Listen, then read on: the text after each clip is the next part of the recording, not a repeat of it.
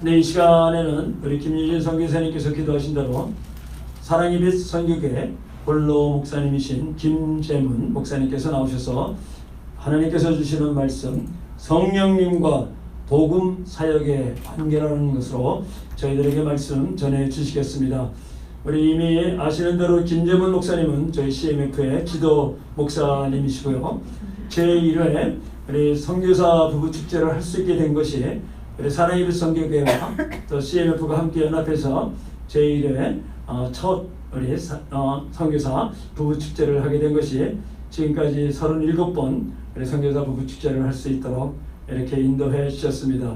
우리 목사님 나오실 때 이렇게 뜨거운 박수로 우리 환영을 하시겠습니다. 할렐루야.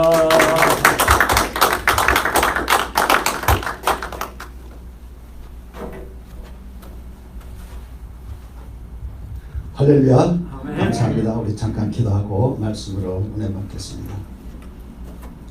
살아계신 주님을 찬양합니다. 우리를 주의 생명으로 성령으로 구원해 주시고 오늘도 주의 말씀 앞에 무릎 꿇을 수 있도록 은혜 주심을 감사드립니다.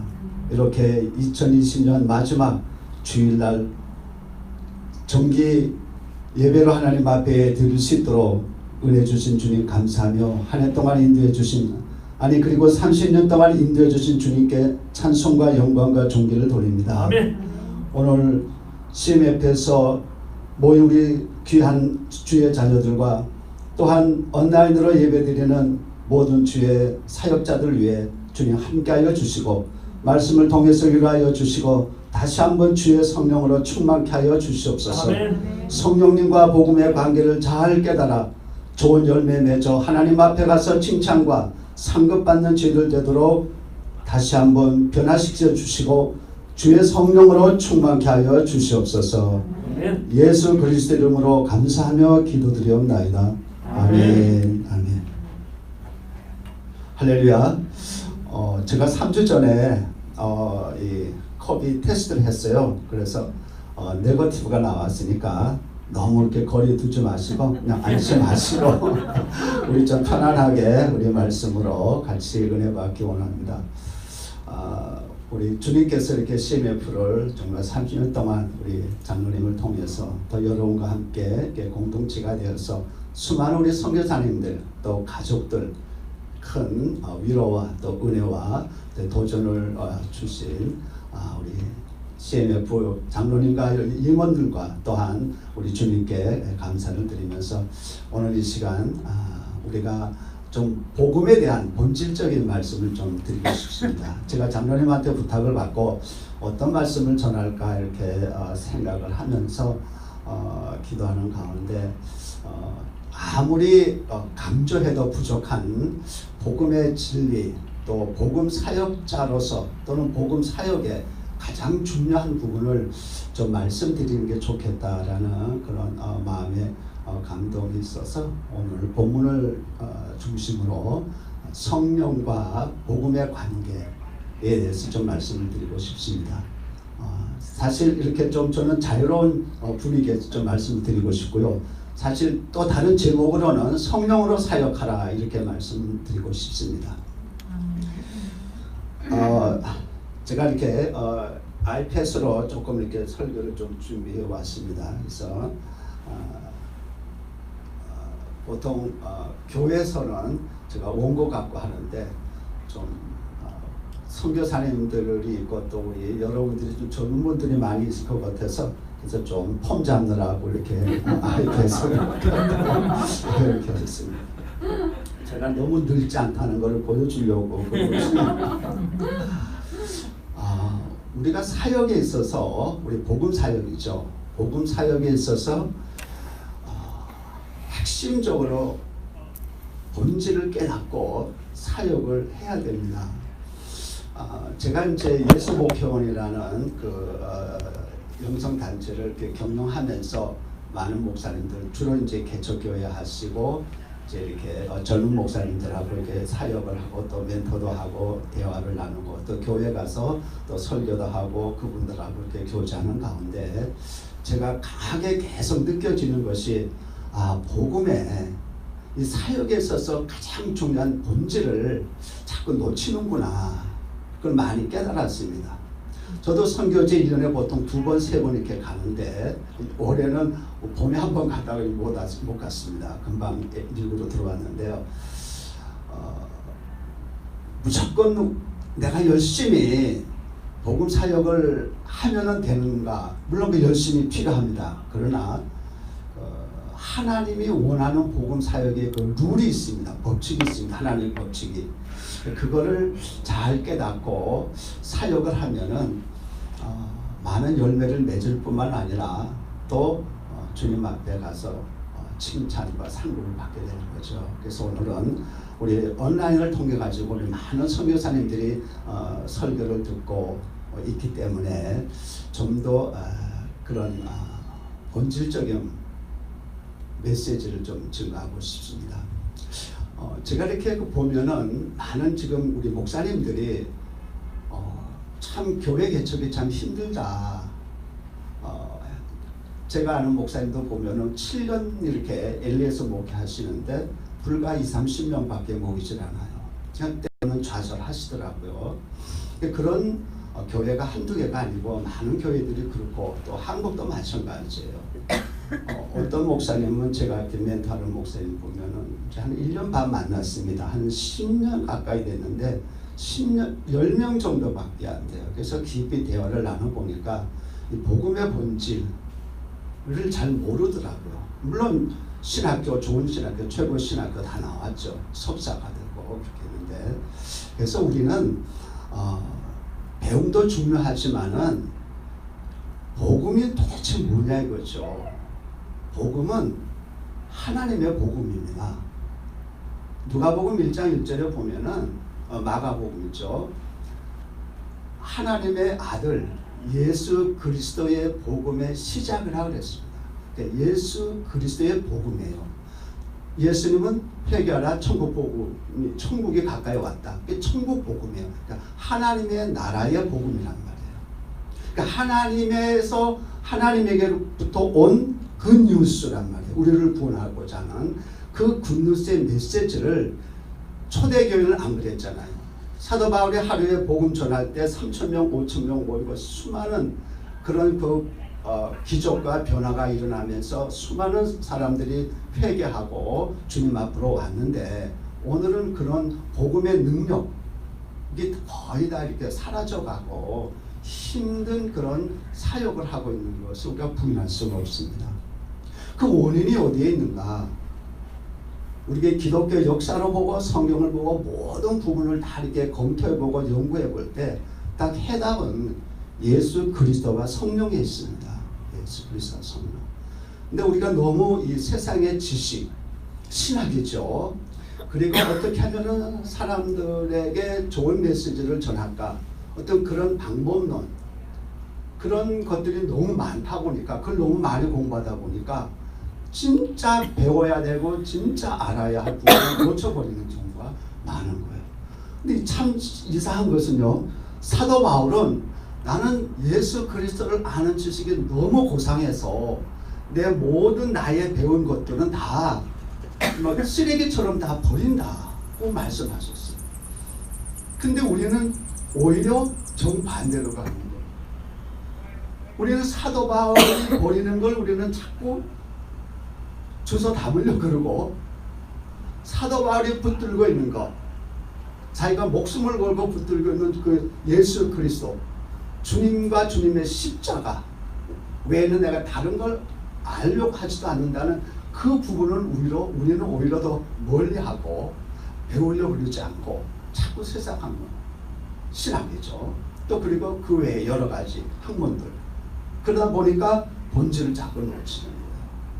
그러니까 점점 우리 자신도, 복음 전하는 우리도 힘이 약해지고, 그리고 복음의 능력도 약해지는 현상을 우리가 부인할 수가 없습니다.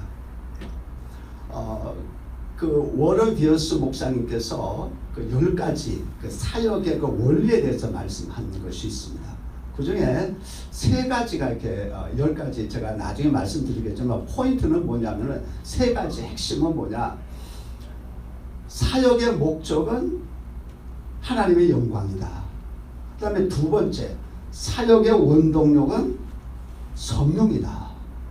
그리고 사역의 모델은 예수 그리스도다 그랬습니다. 그리고 나머지 이제 쭉 이렇게 했는데, 사역의 기초는 인격이다. 사역의 본질은 섬김이다. 사역의 동기는 사랑이다. 사역의 척도는 희생이다. 사역의 권위는 순종이다. 사역의 도구는 말씀과 기도다. 사역의 특권은 성장이다. 그래요. 오늘 저는 사역의 원동력이 성령이다. 사역의 원동력이. 여기에 우리가 초점을 맞춰야 돼요. 그리고 사역의 모델은 누구예요? 예수 그리스도예요. 다른 분이 아니에요. 사람이 아닌 거예요. 그리고 우리 사역의 모든 목적은 하나님의 영광, 거기에 있는 거예요.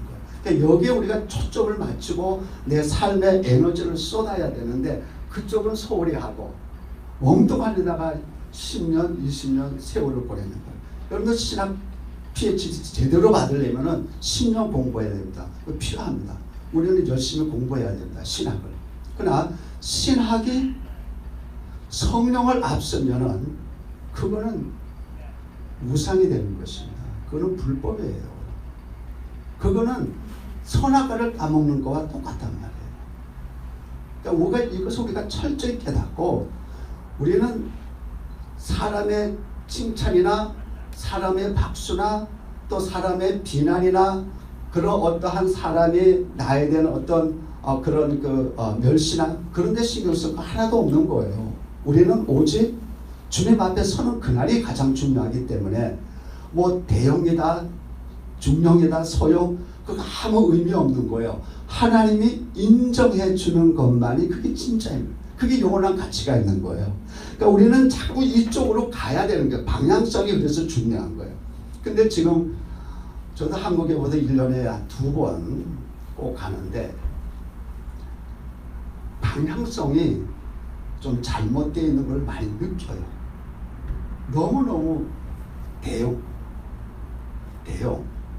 뭐 아름다운 교회 건물, 그런 데는 너무 방향성이 글로 자꾸 간단 말이에요. 그게 위험한 거죠. 엄청나게 위험한 거죠. 그건 하나님이 기뻐하는 거 아니잖아요. 그러니까 하나님이 어떻게 보느냐, 하나님이 무엇을 원하느냐, 성령님의 인도하심이 뭐냐, 우리는 어디까지나 그쪽에다가 초점을 맞춰야 돼요. 우리 인간이기 때문에 이왕이면 대형이 좋죠. 큰 게 좋죠. 그러나 그거를 좋다고 내가 정의를 내리고 가면 안 된다는 것이죠. 안 된다는 것이죠. 그것이 우상숭배가 될 수 있기 때문에 그럽니다. 오늘 교회가 우상숭배가 될 수 있다는 거예요. 그러니까 우리는 성경에 많은 걸 아는 것도 중요하지만은 본질로 계속 들어가야 됩니다. 그래서 깊이 들어가요. 그래서 오늘 복음과 이 성령의 관계, 이걸 우리가 철저히 깨달아서, 우리가 이왕 홀 라이프 복음을 위해서 쓰임 받고 있는데, 주님 앞에 서서 나 너 모른다, 너 불법을 행했다, 그리고 책망받으면 그거 얼마나 그때 허무하겠어요. 그러니까 예수님이, 우리 성령님이, 우리 삼일째 하나님께서 인정하는 것만이 그게 영원한 우리의 것이 되고 하나님께 영광 돌리는 것이죠. 나머지는 다 nothing이에요.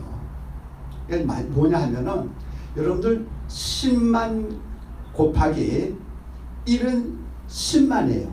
그러나 10만 곱하기 0는 0예요. 그러니까 우리의 모든 사역에 하나님이 곱하시고 하나님이 계시면 되는 거예요. 그럼 그는 플러스예요. 그는 다 남는 거예요. 그대로. 그러나 하나님이 없는 거는 내 힘으로, 내 능력으로, 내 지혜로, 내 신학의 실력으로 하는 모든 것은, 그것은 다 꽝의 nothing이란 말이에요.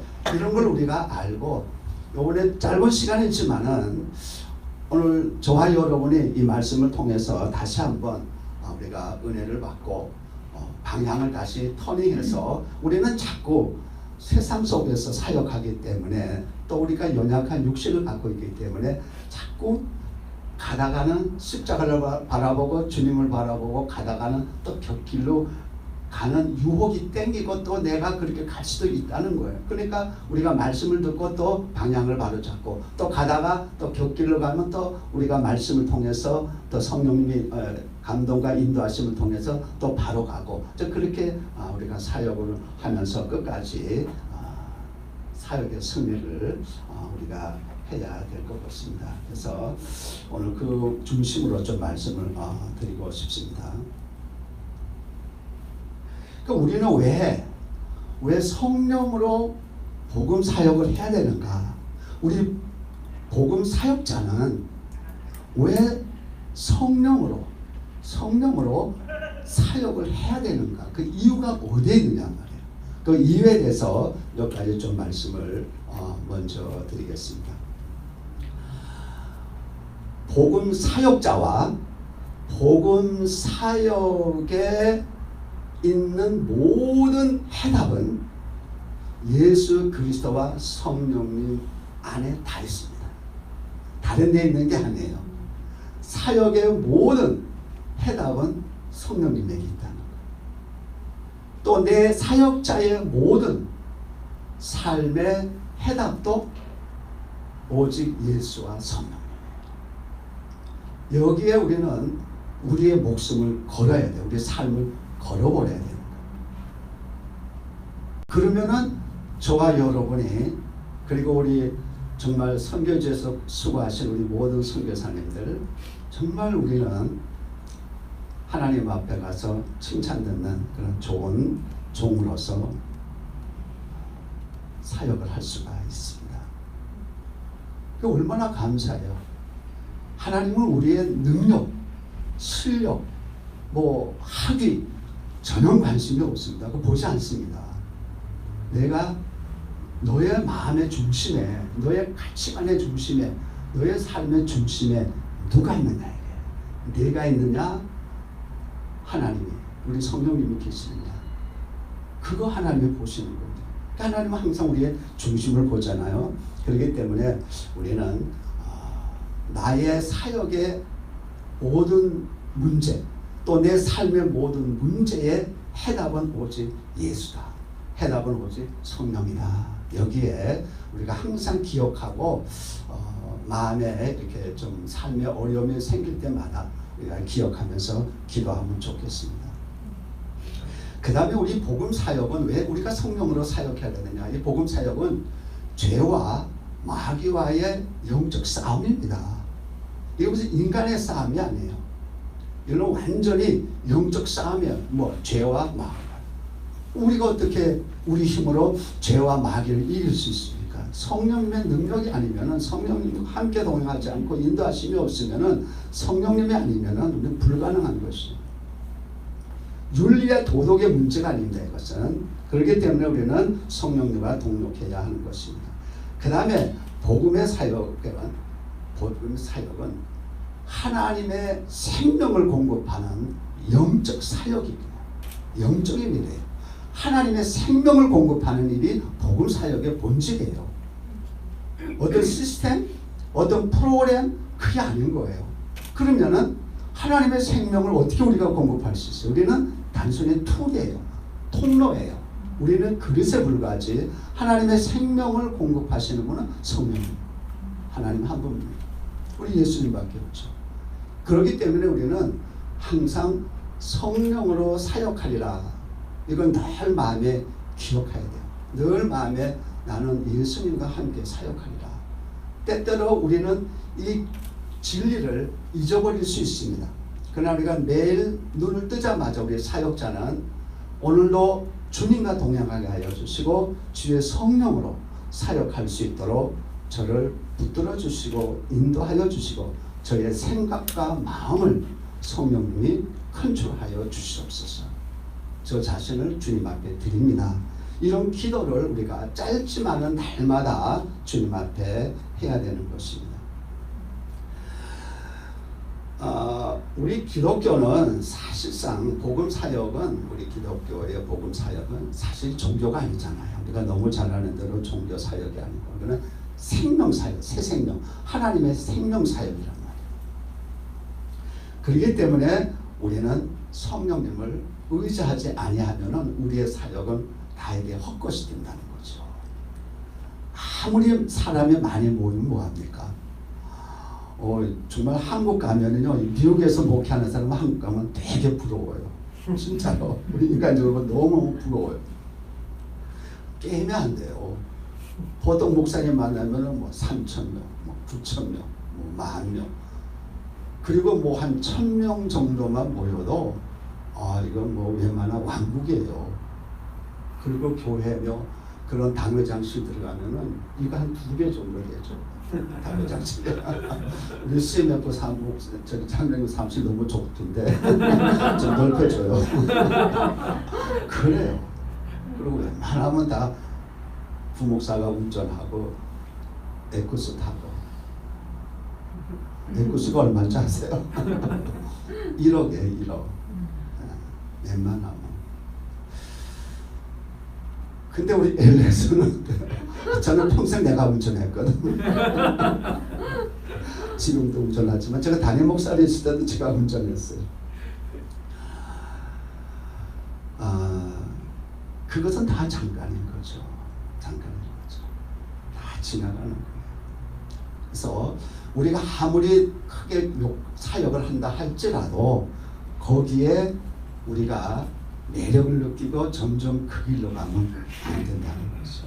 우리는 어떠한 일이 있어도 예수님 바라보고 주님 바라보고 정말 순수한 목회자가 되도록 사역자가 되도록 노력하는 것이 참 저는 귀하다고 봅니다. 당시 그 최고의 그 신학자는 사도 바울 아닙니까? 뭐 베드로는 사실 학문이 별로 없었지만은 사도 바울은 정말 최고의 신학 박사 중의 박사죠. 근데 이 사도 바울은 복음의 핵심의 원리를 깨달은 사람이에요. 그래가지고 제가 좋아하는 성경 구절이 고린도전서 2장 4절에서 5절 말씀 제가 봉독해 올리겠습니다.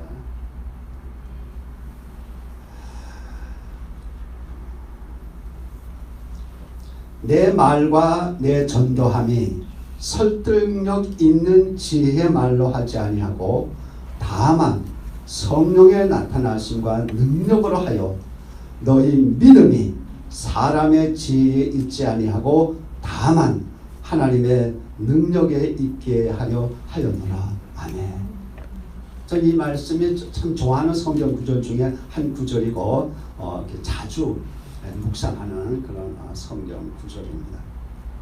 그리고 제가 그 사도 바울에 대해서 여러분 잘 알지만 사도행전 9장에 이렇게 보면은 그 사울이죠. 그 당시는 사울이 다메섹 석상에서 예수님의 그 빛에 의해서 쓰러지고 장님이 되는 그 예수님의 음성을 듣는 그런 놀라운 그 사건이 있잖아요. 그때에 예수님이 너 왜 나를 핍박하느냐 그랬더니 그러면서 장님이 되어버렸잖아요.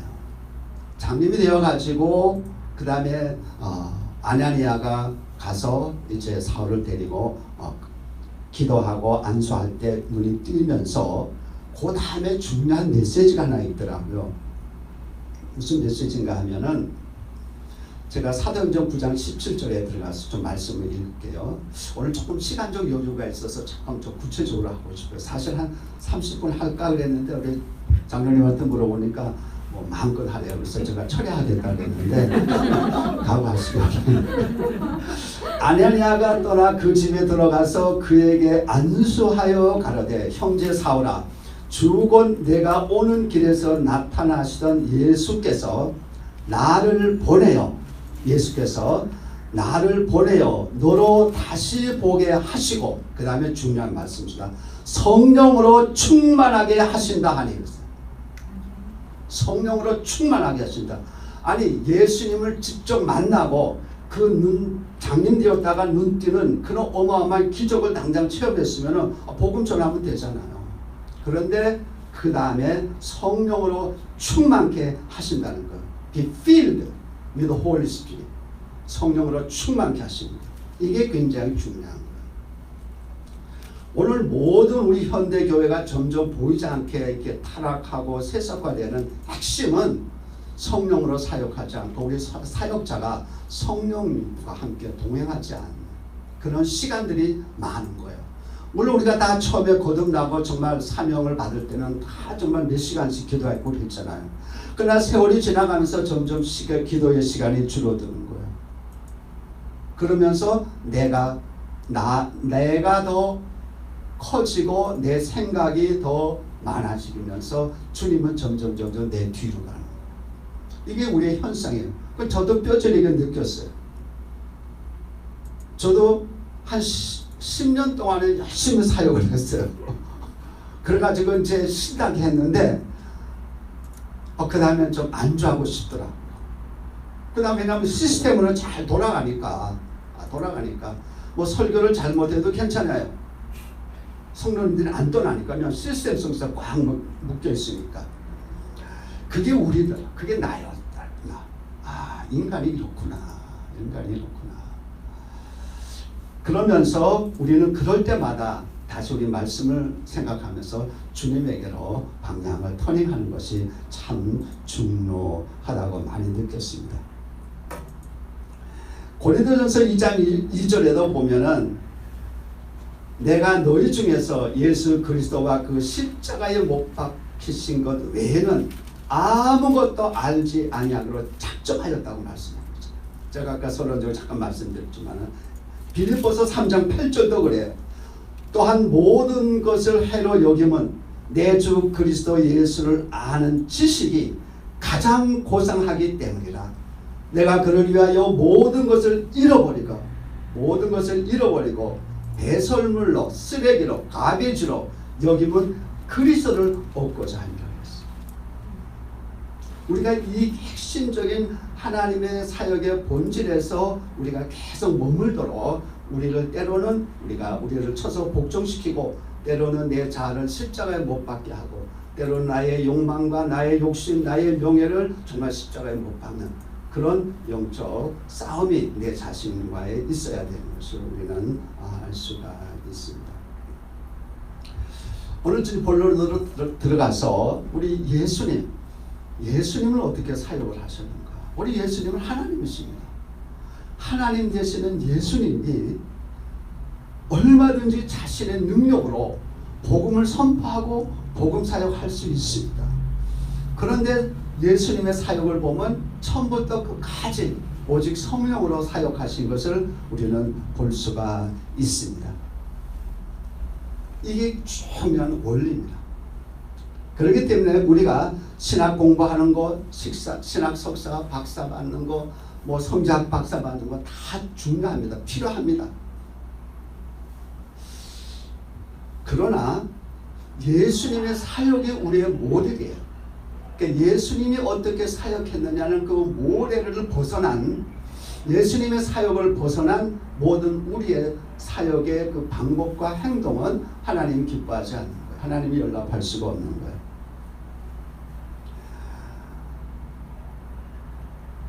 신학이 말씀과 성령을 앞서고 벗어나면은 그게 바로 뭐예요? 그게 사람의 신학이 되는 거죠. 사람의 신학이 되는 거죠. 그게 사람의 복음이 되는 거예요. 그러니까 능력이 없는 거예요. 왜 목회가 저는 한국에 가서 너무 안타까운 거는 제가 한국에 이제 한 그룹 8명 정도 목사님을 이제 나가면 만나서 멘토하고 이제 몇 그룹을 더 만들려고 했다가 팬데믹 때문에 지금 이렇게 갇혀져 있는데 너무 만나면 목사님 너무 힘듭니다. 목회가 너무 힘든다. 교인이 안 온다는 거예요. 그거를 뭐 이구동성으로 얘기하는 거예요. 5년 된 사람 어떤 분은 한 30년 또 그래도 열심히 하면 한 60년. 저는 이제 작은 목사 저기 개척하시고 한 5년 6년 이내 사람을 주로 이제 만나서 사역을 하는데 너무 가슴 아픈 것은 어떤 목사님은 저녁에 만나자 그러니까 참 못 만나겠다. 시간을 잘 낼 수가 없다. 내가 속으로 아니 뭐 교회는 한 40명 목회하면서 저녁에 왜 못 만날까? 제가 오늘 저녁에 제가 좀 저녁도 사고 좀 이렇게 얘기 좀 보냅시다. 그랬더니 자꾸 거절하는 거예요. 그게 몰랐어요. 그게 이상하다. 아니 왜 뭐 큰 교회라면 좀 이해가 가겠는데 그렇지도 않는데. 나중에 사모님이 얘기하는 거예요. 우리 목사님 대리운전 하신다는 거예요. 그러니까 시간을 저녁에 낼 수가 없다는 거예요. 그런 목사님 너무 가슴 아픈 거예요. 그런 분이 한두 분이 아니더라고요. 그래서 제가 많은 고민을 했어요. 왜 그런가? 아니, 하나님의 복음이 이렇게도 약한가? 돌 던지면 전부 한국 사람이 맞는데 어쩌면 이렇게도 약한가? 얼마나 고민하겠어요. 하면서 제가 이분들에게 제가 조금이라도 미랄이 됐으면 좋겠다, 힘이 됐으면 좋겠다. 그래서 이제 자꾸 그분들과 교제를 나누면서 그분에게 메시지를 전하고 이렇게 하는데도 잘 받지 않더라고요. 워낙 신학이 잘못되어가지고는 이게 딱 있어가지고는 그걸 깨는데 시간이 좀 걸리더라고요. 참 어렵더라고요. 그러니까 우리가 정말 오직 성령으로 사역하지 않으면 안 된다는 것을 주님의 사역에서 더 확실하게 느낄 수 있잖아요. 주님은 태어날 때부터 뭐예요? 성령으로 잉태되신 거예요. 40일 금식하실 때도 성령의 인도함으로 40일 금식한 거예요. 자기 의지로 한 거 아니에요. 자기 실력으로 한 것도 아니고. 그리고 죽은 자를 살리고 모든 병든 자를 고치고 모든 게 성령으로 하시잖아요. 오늘 사도행전 10장 38절 말씀이 그런 거예요. 또 누가복음 4장에도 나오지만은 그리고 우리 주님께서 십자가에서 죽으시고 부활하신 것도 다 성령으로. 성령으로 처음부터 끝까지 전부 성령으로 하셨단 말이에요. 그러면은 이 성령으로 하신 주님이 성령으로 사역하셨는데 하물며 우리가 어떻게 성령을 제쳐놓고 내 실력으로 목회를 하려고 하는 내 방법으로 그 말이 안 되는 얘기잖아요. 말이 안 되는 얘기잖아요. 누가복음 4장 18절 19절에도 있잖아요. 주의 성령이 내게 임하셨으니 이는 가난한 자에게 복음을 전하게 하시려고 내게 기름을 부으시고 나를 보내사 포로된 자에게 자유를 눈먼 자에게 다시 보게 함을 전파하며 눌린 자를 자유롭게 하고 주의 은혜의 해를 전파하게 하려 하심이라 하였더라. 분명히 말씀하고 있잖아요. 주의 성령이 내게 임하셔서 복음을 전했다는 거예요. 오늘 본문의 사도행전 10장 38절 다시 한번 읽어드릴게요. 하나님이 나사렛 예수에게 성령과 능력을 기름 붓듯 하셨음에 저가 두루 다니시며 착한 일을 행하시고 마귀에게 눌린 모든 자를 고치셨으니 이는 하나님이 함께 하시리라. 아니, 예수님이 하나님이세요. 그러니까 성령님이 우리와 함께 하신다, 하나님이 우리와 함께 하신다, 똑같은 말씀 아닙니까? 그러니까 예수님도 성령으로 사역을 하셨는데 우리가 성령을 자꾸 이렇게 뒤로 미루고 내가 성령보다 앞서가지고 사역을 한다는 것은 그거는 맞지 않는 얘기죠. 그건 완전히 인간의 사역으로 될 수밖에 없어요. 그러니까 자꾸 우리도 모르는 사이에 조금씩 성령님을 제치고 내가 조금씩 한 걸음 앞서가다 보니까 세월이 지나면 오늘 내가 앞에 딱 있는 거예요. 성령과 예수님 저 뒤에 있는 거예요. 내 영광, 내 자랑, 나의 목회의 크기, 내가 커지는 거예요. 그거는 wrong way. 그건 하나님 앞에 가서 나 때문에 책망받고 불법이에요. 우리가 꼭 기억할 것은요, 성령으로 사역하지 않는 모든 것은 하나님으로 우리 예수님으로 사역하지 않는 모든 것은 그것은 다 나띵이며 그것은 불법이에요. 비록 내가 병을 고치고 크게 사역을 했다 할지라도 그것이 성령님과 함께 하지 아니한 모든 사역은 복음 사역은 그것은 불법인 거예요. 그건 마태복음 7장에 분명히 주님이 말씀하고 있는 거예요. 그 다음에 우리 중요한 것은 두 번째로 부활하신 주님이 제자들에게 세 가지 명령과 세 가지 약속을 하셨어요. 세 가지 명령을 하셨어요. 그 명령이 뭐야? 복음을 전하는, 땅끝까지 복음을 전하고 제자를 삼으라는 게 명령이잖아요. 그 다음에 뭐예요? 예루살렘을 떠나지 말고 아버지의 약속하신 것을 기다리라. 이게 두 번째 명령이에요. 그 다음에 세 번째는 성령을 받으라. 부활하신 주님이 승천하시면서 제자들에게 이 명령을 하셨어요. 약속은 뭐냐? 내가 너희와 영원히 함께하리라. 아멘. 주님이 우리와 영원히 함께 하시다 약속하신 거예요. 그 다음에 너희는 몇 날이 못돼서 성령으로 세례를 받으리라. 세례를 받는다. 성령을 받는다는 거예요. 그게 약속이에요. 약속이에요. 그 다음에 마지막에 내 증인이 되리라는 거예요. 내 증인이 되라는 게 아니에요. 되리라는 거예요. 성령이 임하면은 우리는 권능을 받고 예루살렘과 유대와 사마리아 땅 끝까지는 뭐예요? 주님의 증인이 되는 거예요. 되는 거. 비컴이에요. 증인 되라는 게 아니에요. 이게 성령을 받지 않으면 증인이 될 수가 없는데 우리는 성령으로 세례를 받지 않고 내가 증인이다 하고 내가 나가는 거예요. 여기에 문제가 있는 거죠. 그러니까 많은 아픔과 어려움과 교회가 많은 어려움이 있고 선교지에서도 그렇고 많은 이게 문제가 생기는 것은 출발이 잘못된 거죠. 출발이 잘못된 거죠. 그러니까 너무 안타까운 거죠. 본인도 힘들고 하나님의 복음도 가려지고 사역의 열매는 별로 열리지 않고 그런 현상이 나타나는 것은 가장 본질을 가장 중요한 것을 자꾸 멀리하고 엉뚱한 거 세상에서 중요하게 여기는 그쪽으로 자꾸 방향을 가니까 이게 이런 현상이 자꾸 나타나. 앞으로 더하죠. 점점 갈수록. 왜냐하면 마귀가 마지막 된 줄 알고 사단이 어떻게 해서라도 이 복음을 흐리게 하고 우리의 복음 사역자들과 복음의 사역을 망가치게 하려고 사역의 원수 마귀가 우는 사자같이 덤비기 때문에 앞으로 더 할 거란 말이에요. 그렇기 때문에 우리는 이제 2020년을 보내고 2021년을 맞이하는 이 마지막 달에 정말 저와 여러분은 주님 앞에 많은 시간을 보내면서 다시 한번 성령으로 이렇게 회복하고 바른 사역자가 되는 그러한 시간이 됐으면 저와 여러분은 참 좋겠습니다. 또 저와 여러분에게 축복하고 싶습니다. 마지막으로 우리 복음 사역자는요, 나의 오순절이 있어야 돼요. 나의 오순절. 나의 오순절이 있어야 돼요. 나의 오순절. 제가 이거 쭉 이렇게 성경을 사도행전을 쭉 보면서 또 우리 그 전에 여기 공간복음이라든지 이렇게 쭉 보면서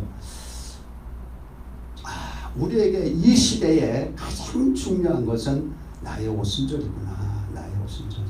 저도 저의 오순절이 있어야 되고 여러분 한 사람도 그리고 오늘 인터넷에서 동영상으로 보시는 모두 우리 선교사님들도 자기의 오순절이 있어요. 왜 나의 오순절이 있어야 되느냐? 왜 나의 오순절이 있어야 되느냐?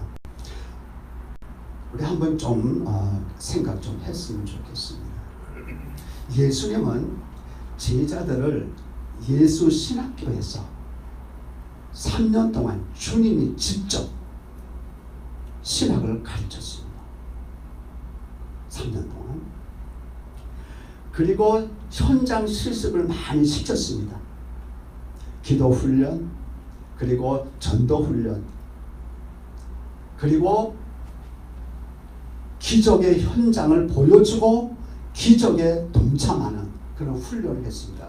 저는 이렇게 쭉 성경 보면서 제자들은 너무 좋았겠다. 아니 오병 이어의 기적 한번 그때로 우리가 이렇게 좀 상상해 봅시다. 아니 오병 이어 갖고 그 정말 남자만 5,000명이라고 그러잖아요. 그분들에게 그거 갖고 그 주님이 다 떼어준 거 아니에요. 주님은 축복기도 하고 제자들 보고 떡을 떼주라 그랬어요. 생선하고. 이거 떼어주니까 또 생겨.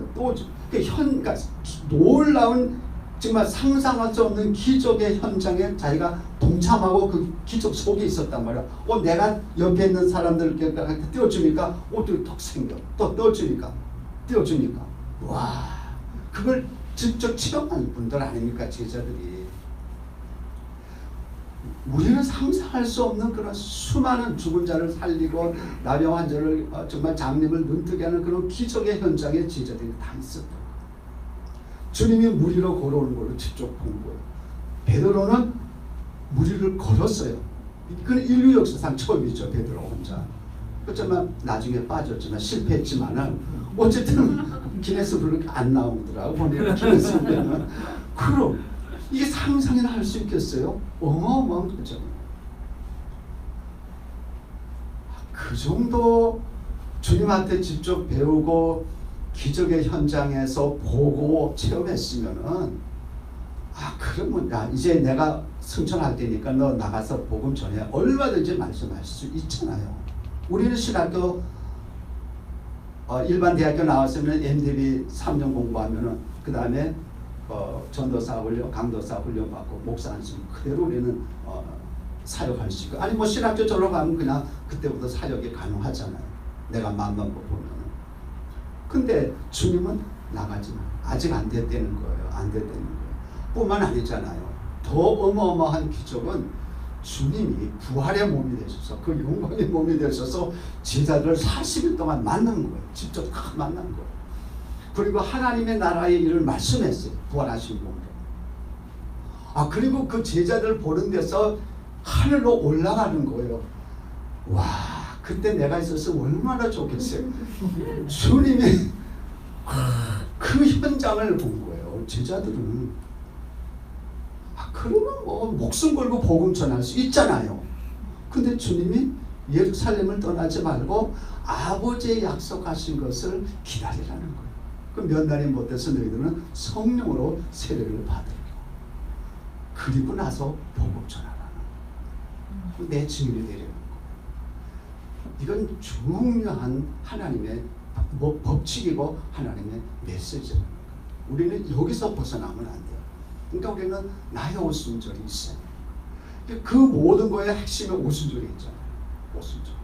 그러니까 우리가 신학교를 졸업할 뿐만 아니라 오순절 신학교를 졸업해야 되는데 오늘 현대 신학교의 가장 문제점이 뭐냐면은 신학만 가르치는 거예요. 오순절이 없는 거예요.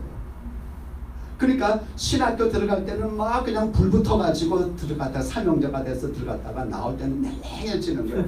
하도 많은 신학의 이론을 머리에 다 담고 졸업하니까. 그러니까 저는 정말 저는 뭐 학장도 아니고 저는 총장도 아니고 신학교를 경영하지 못해. 너무 이거를 너무 늦게 깨달아서 속상해요. 내가 이렇게 한 30대 깨달아서 내가 신학교 총장을 좀 꿈꿨을 텐데. 생각해 보세요.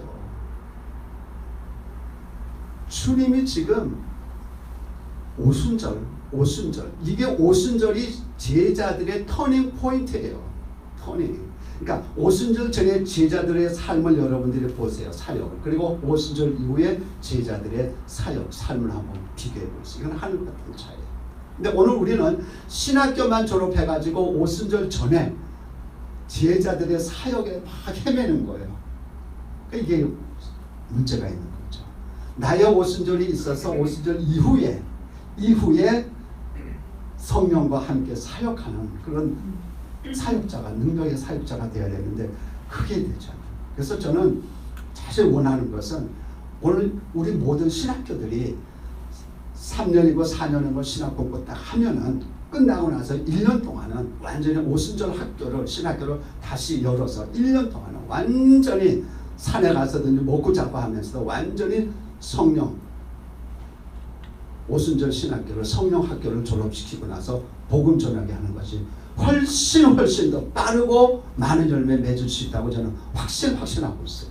이게 비어있는 거예요. 이쪽이 비어있는 거예요. 그렇기 때문에 좀 아쉽죠. 안타깝죠. 그러나 뭐 어떻게입니까? 시스템이 그렇게 되어 있는 거. 그러니까 우리는 이 진리를 알고 나의 오순절을 만들자는 거죠. 나의 오순절을 만들자는 거죠. 그러면 하나님이 씁니다. 뭐 과거에 얼마 동안 오래 사역하고 뭐 과거의 열매가 있고 없고 그런 문제가 안 되는 거예요. 지금부터 저와 여러분이 2020년 마지막 보내는 달부터 지금부터 나의 오순절을 위해서 기도하고 하나님께서 나에게 성령 세례 오순절을 허락하시면은 그때부터 나의 사역은 놀라운 사역으로 변화될 거예요. 그러니까 10년 한 거 1년이면 맞출 수 있는 거예요. 왜냐하면 능력으로 성령의 능력으로 하니까. 주님의 제자들 보세요.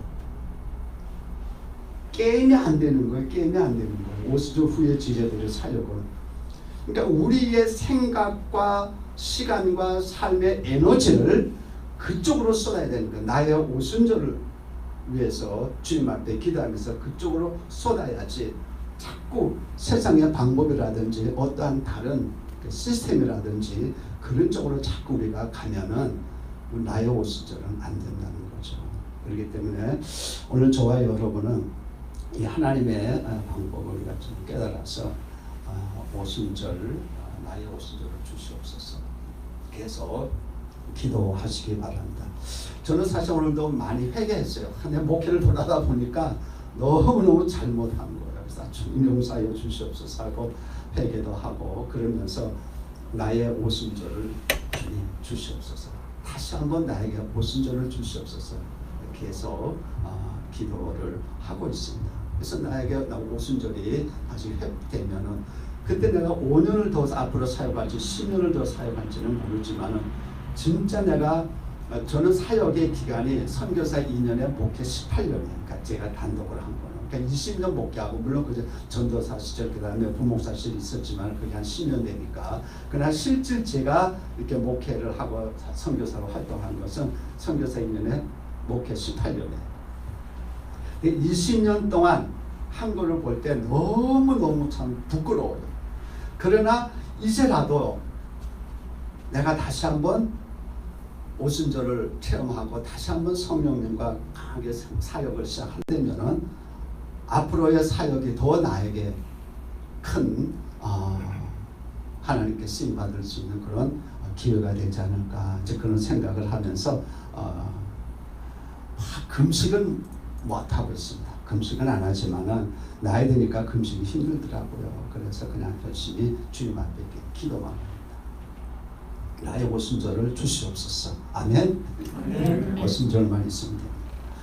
그럼 우리가 어떻게 해야 성령님과 함께 복음 사역을 할 수 있을까? 물론 많은 방법이 있지만은 그냥 간단히 몇 가지만 제가 좀 말씀드리면서 말씀을 좀 마치고 싶습니다. 첫째 중요한 것은 제일 중요한 것은 우리가 말씀과 성령으로 거듭나야 돼요. 우리 사역자들은 성도님도 마찬가지지만은 우리 사역자는 반드시 말씀과 성령으로 거듭나서 선교사가 되고 목사가 되고 사역자가 돼요. 다른 복음 사역자. 이 성령으로 거듭나지 않으면요, 그는 옛 사람으로 사역하는 거예요. 아담으로 물려받은 영으로 하나님 일을 하는 거예요. 이거는 인간으로 볼 때는 인간의 능력으로 뭔가가 좀 하는 것 같지만 그건 하나님하고 전혀 관계가 없는 거예요. 하나님은 새 사람, 하나님의 생명을 갖고 하나님의 영이 있는 사람과 함께 동력하지 어떻게 아담의 영을 갖고 있는 타락한 그 사람하고 하나님이 같이 일하겠어요. 성령이 어떻게 그 사람에게 임할 수 있어요? 불가능한 거예요. 그러니까 제일 먼저 우리가 성령으로 거듭나는 것이 제일 첫째예요. 이거는 모든 기독교인, 모든 사역자, 모든 우리 신앙생활, 진실한 신앙생활, 하나님이 카운트하시고 하나님에게 속한 신앙생활의 첫 출발은 바로 말씀과 성령으로 거듭나서 새 사람으로 사역하는 거예요. 새 사람으로 신앙생활을 하는 거예요. 육으로 난 것은 육이에요. 영으로 성령으로 나야 돼요. 이게 첫째. 이거는 모든 우리 그리스도인들 여기에 우리가 참 정말 깊이 생각할 부분이에요. 목사님 중에도 여기에 걸리는 목사님들의 생각 외로 있다는 거예요. 그렇기 때문에 첫째는 그건 자기만이 하는 일이기 때문에 반드시 첫째는 거쳐야 돼요. 그 다음에 우리가 성령의 세례를 우리가 받아. 우리의 오순절이 있어야 돼요. 어려운 거 하나도 없어요. 우리가 성령으로 우리가 거듭납니다. 그러나 그거로 만족하면 안 돼요. 우리는 성령 충만으로 가야 돼요. 성령 세례와 거듭남과 성령 세례는 신학적인 약간의 차이는 좀 있지만은 그러나 그거는 뭐 문제가 되지 않죠. 어쨌든 우리가 성령으로 세례받고 성령 충만으로 한 가운데서 사역을 해야 돼요. 그러니까 이런 그 복음 사역, 성령 충만하고 정말 성령으로 사역하기 위해서 제일 중요한 것은 먼저 우리가 성령으로 거듭나야 된다는 거죠. 그다음에 두 번째는 사도 베드로가 그랬잖아요. 그러니까 회개하고 세례를 받으라, 죄 사함을 받으라, 성령을 선물로 주겠다 그랬잖아요. 그러니까 우리가 오순절의 상황을 가만히 볼 때에 그들은 회개하면서 기도 생활했거든요. 그러니까 우리가 성령으로 충만하고 나의 오순절을 갖기 위해서는 기도의 삶을 살아야 돼요. 근데 우리가 육으로 기도하는 것이 아니고 영으로 기도하는 것을 배워야 되고, 왜냐하면 이 거듭났으니까. 그리고 성령 안에서 기도하는 것을 우리가 자꾸 배워나갈 때 성령의 그 오순절을, 임재를 우리가 체험할 수가 있는 것입니다. 근데 우리는 성령과 말씀으로 거듭나서 내 영은 완전히 거듭나서 정말 주님과 같은 그런 생명, 주님과 같은 영으로 주님과 주님과 한 영으로 우리가 있지만은 우리의 마음, 우리의 혼, 그리고 우리의 몸은 거듭난 게 아니에요. 그렇기 때문에 우리 마음과 우리의 몸을 새롭게 하는 그 훈련을 받으셔야 되는 거예요. 이게 이제 우리가 두 번째 해야 할 일이에요. 무슨 말씀인가 하면은 우리가 이렇게 지금 사는 것은 이게 물리적 세계에서 사는 것은 그러니까 혼으로 사는 거예요. 우리가 영으로 사는 거 아닙니다. 그렇죠?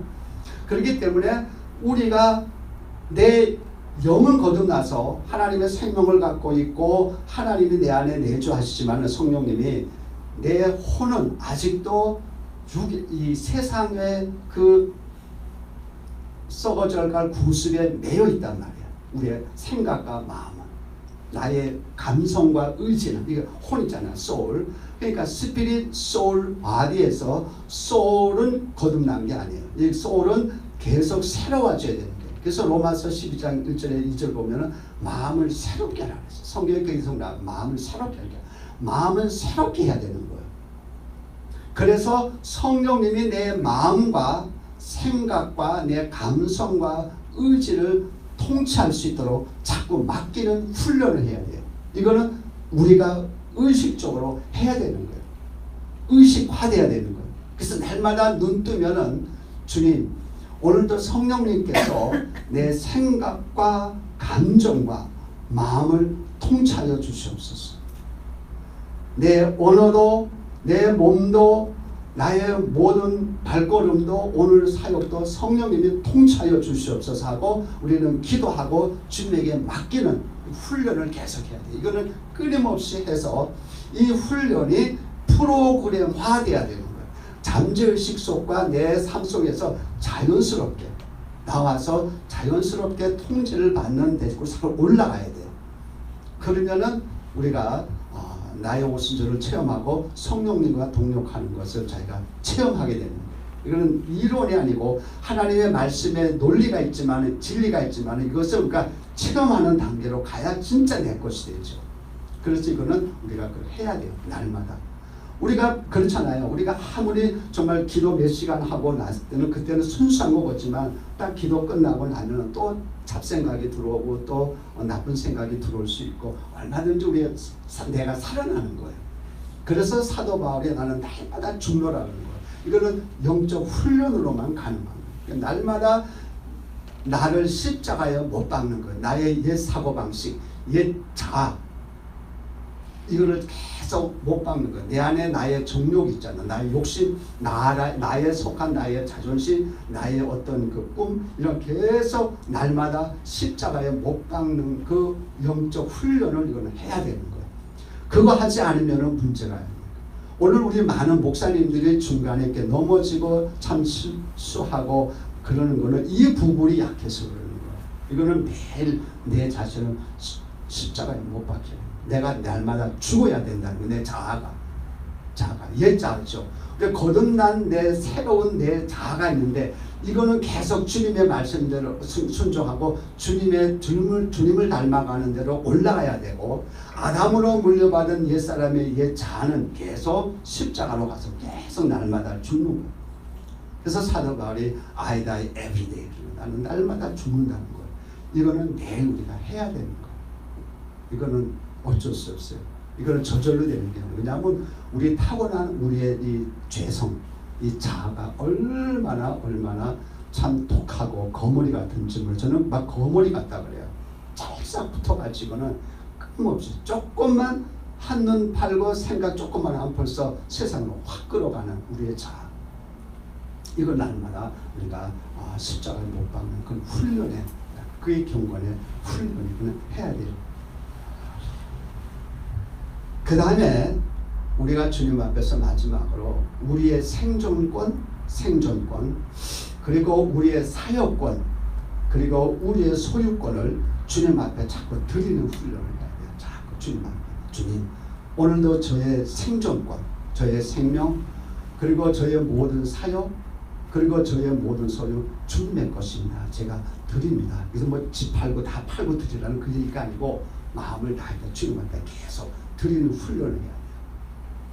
그럴 때 나의 세상을 향한 미련이 점점 끊어지고 주님에게 순수하게 해서 주님이 오늘도 나를 부르면은 갈 수 있는 그런 그 순수한 마음, 청결한 마음이 됩니다. 그 청결한 마음이 돼야 하나님을 볼 수가 있거든요. 성령님이 깨끗한 마음을 통해서 해요. 그러니까 내 영이 거듭나서 영의 성령으로 충만할 때 이 영의 충만이 이 마음으로 가서 또 마음이 충만해져요. 근데 마음이 더러우니까 성령님의 사역할 수가 없는 거야. 그러니까 우리의 마음을 뚫고 나와야 돼요. 우리 혼을 뚫고 나와야 돼요. 그래서 현장에서 주님이 성령님이 역사하셔야 되는데 이 중간에 혼이 있단 말이에요. 이게 현실 삶의 우리잖아요. 이것이 날마다 깨끗해져야 되고 주님의 마음을 가져야 되고 그 다음에 순수해져야 되고 성령의 통제를 받아야 되고 이거는 날마다 해야 됩니다. 그래서 저는 세 가지에서 주님, 저의 생존권과 저의 사역권 그리고 저의 소유권은 다 주님의 것입니다. 자꾸 이렇게 고백을 하는 거예요. 고백을 의도적으로. 그래야 이게 내게 아니다 이런 생각이. 저도 목회하면서 늘 정말 하나님을 너무 감사한 것은 저는 늘 목회하면서도 주님, 이 교회는 주님의 것입니다. 저는 부목사입니다. 주님이 저의 사랑의 예수교회 담임 목사님입니다. 주님이 언제든지 시골에 낙도에 한 50명 모이는 곳에 가서 사역하라 그러면 저는 그걸로 가겠습니다. 왜냐하면 주님의 교회니까.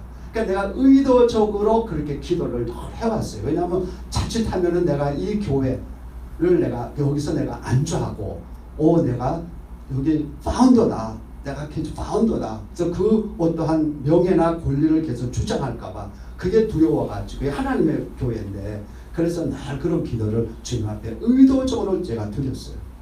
근데 주님이 감사하게도 시골에 가라는 얘기는 한 번도 들어서 제가 우리 본교회에서 정말 이렇게 은퇴를 했습니다. 근데 저는 그때 진실로 그랬어요. 주님 앞에 기도 계속 한 거예요.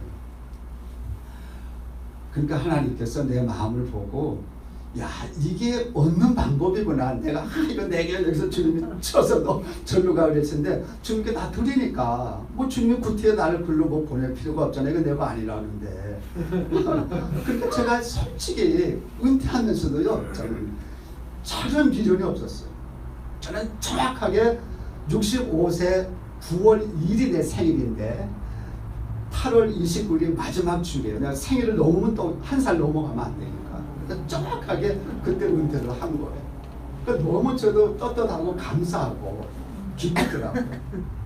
은퇴할 수 있도록 그렇게 주님이 주셔서 정말 기쁘게 은퇴하고 지금도 우리 교회가 그러니까 하나님 우리 교회를 축복해 주셨어요. 우리 지금 3대 목사님들도 얼마나 잘하는지 더 이렇게 교회가 튼튼해지고 그래. 그래서 너무 감사해요. 며칠 전에도 같이 이렇게 좀 만났는데 너무 감사한 거예요. 그러니까 우리가 다 살고자 하면 죽더라고. 근데 죽고자 하면 살더라고. 이게 주님의 말씀 아닙니까?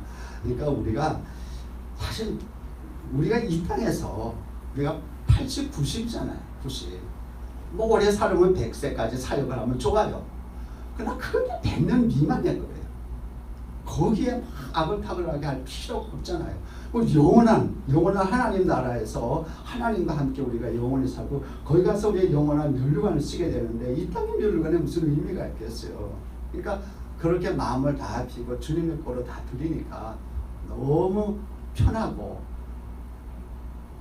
너무 마음이 행복한 거예요. 은퇴하고 나서도 미련이 솔직히 주님이 아시지만 미련이 없어요. 우리 담임 목사님은 목사님 그래도 뭐 오피스 내 방이라도 하나 원로 목사 방이라도 하나 준비해놔야 되지 않습니까? 필요 없어. 괜히 그거 나한테 부담된다고 해놓으면 그 자주 가야 되잖아. 안 가야 안 가니까 그냥 핑계도 되고 너무 좋잖아요. 그 좀 자유롭잖아. 자기가 괜히 원로 목사 자꾸 나타나봐요. 담임 목사가 부담되고 괜히 긁고. 그러니까 거의 안 나타나고 특별히 담임 목사님 뭐 설교하러 오라든지 무슨 특별한 경우에만 제가 가는 것이.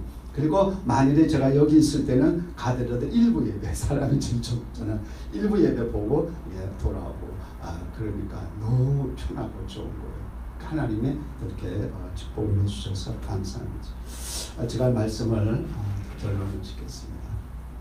우리 사랑하는 온라인에서 예배드리는 귀한 우리 선교사님들 또 이 자리에 계신 우리 선교사님들 우리 사역자님들 오늘 제가 그냥 대충 이렇게 말씀을 나누면서 제가 드린 말씀을 좀 마음 깊이 이렇게 생각하시면서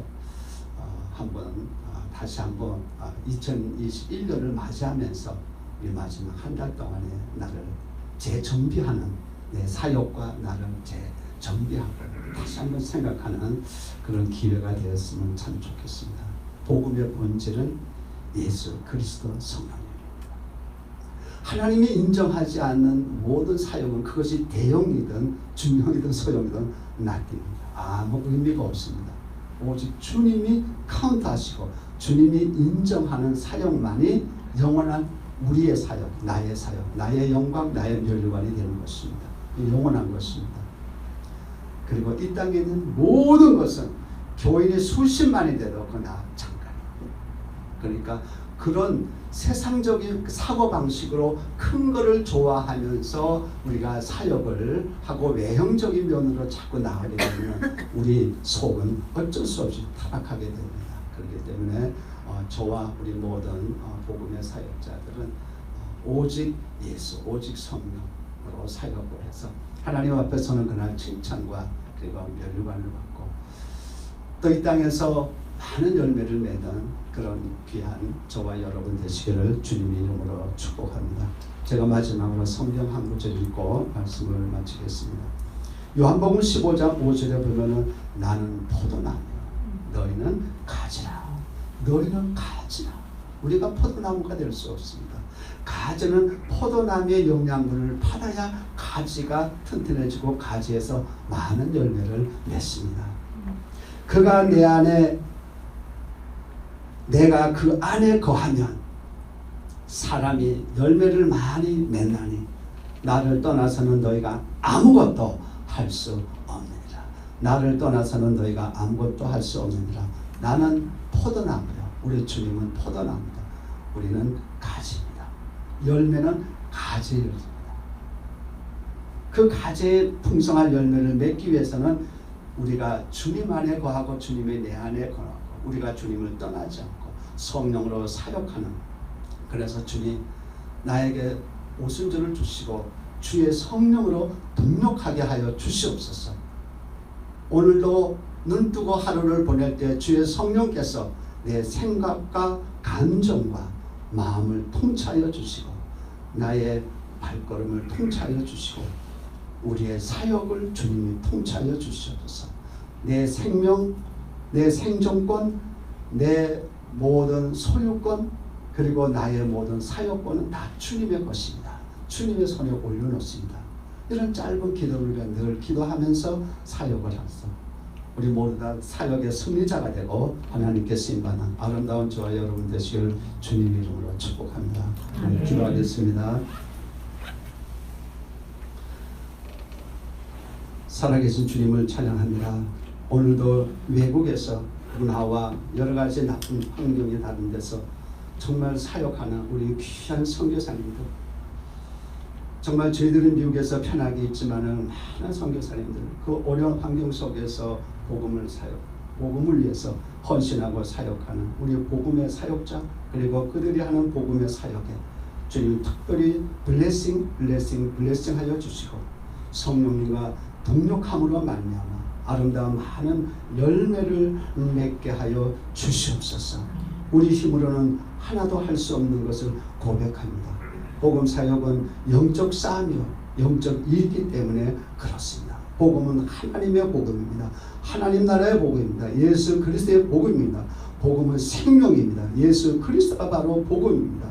아버지 우리 사랑하는 귀한 우리 사역, 우리 선교사님들 그리고 모든 우리 사역자님들 이 진리의 말씀에 굳게 서서 삶의 초점 중심을 확실히 성령인 예수님으로 잡고 사역에 올인하는 아름답고 귀한 우리 모든 복음의 사역자 되도록 축복하여 주시옵소서.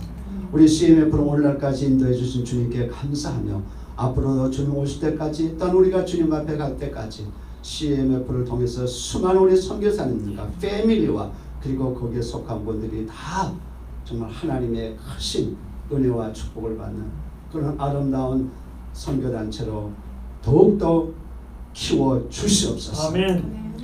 우리 수고하는 장로님과 우리 전도사님 네 분 특별히 기억하여 주시고 항상 건강 주시고 또 이 CMF를 경영하기에 부족함이 없도록 물질도 주시고 또 좋은 사람 붙여주시고 더욱더 확장될 수 있도록 축복하여 주시옵소서.